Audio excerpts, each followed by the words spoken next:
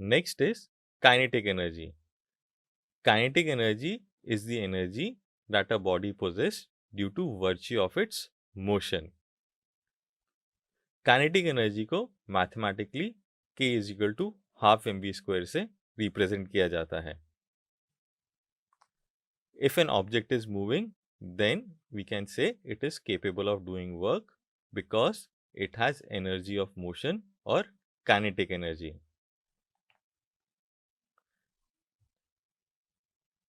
A wind turbine converts its kinetic energy into electrical energy.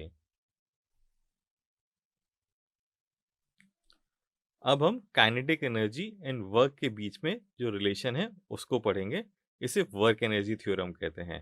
इस theorem के according किसी object पर सभी फोर्सेस के कारण किया गया नेट वर्क डन उसकी काइनेटिक एनर्जी में चेंज के इक्वल होता है.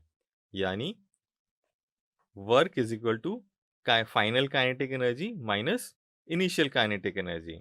हम ऐसा भी कह सकते हैं कि यदि ऑब्जेक्ट की इनिशियल काइनेटिक एनर्जी KEI है तो उस पर W वर्क करने पर उसकी काइनेटिक एनर्जी बढ़कर या घटकर KEF हो जाएगी. यदि W पॉजिटिव है तो KE बढ़ जाएगी, यदि W नेगेटिव है तो काइनेटिक एनर्जी घट जाएगी. इसको हम बॉल फेंकने या कैच करने के एग्जाम्पल से समझ सकते हैं. माना हमारे पास एक बॉल है जो कि इनिशियली रेस्ट पर है, यानी उसकी वेलोसिटी v 0 है, यानी उसका काइनेटिक एनर्जी 0 है.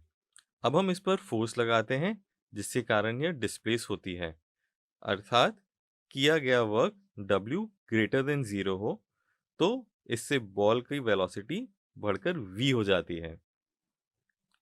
तो हम यहाँ पर कह सकते हैं कि वर्क डन होने के कारण बॉल की काइनेटिक एनर्जी बढ़ गई है और W is equal to KE final और KE आफ्टर.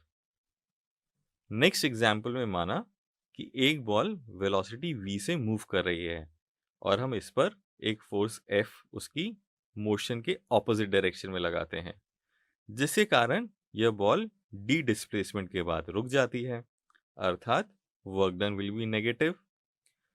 इससे इसकी काइनेटिक एनर्जी घटकर 0 हो गई है. अब हम एग्जाम्पल के द्वारा वर्क एनर्जी थ्योरम को प्रूव करेंगे. माना एक बॉक्स है जिसकी इनिशियल वेलोसिटी u है. अब हम इस पर एक फोर्स F लगाते हैं जिसके कारण डिस्प्लेसमेंट d के बाद उसकी वेलोसिटी v हो जाती है. So third equation of motion से हम लिख सकते हैं v square minus u square is equal to 2as. इसको हम अगर वेक्टर फॉर्म में velocity v, velocity u, acceleration a और डिस्प्लेसमेंट d की फॉर्म में लिखें तो हम लिख सकते हैं v square minus u square is equal to 2 times a dot d. अब दोनों साइड को मास m से मल्टीप्लाई करने से हम इसको रीअरेंज करके लिख सकते हैं half mv square minus half mu square is equal to m times a dot d. Now mass into a को हम लिख सकते हैं फोर्स, तो ये इक्वेशन बन जाएगी F dot D is equal to half mv square minus half mu square. Half mv square minus half mu square को हम लिख सकते हैं k final minus k initial और F डॉट डी को हम वर्क लिख सकते हैं.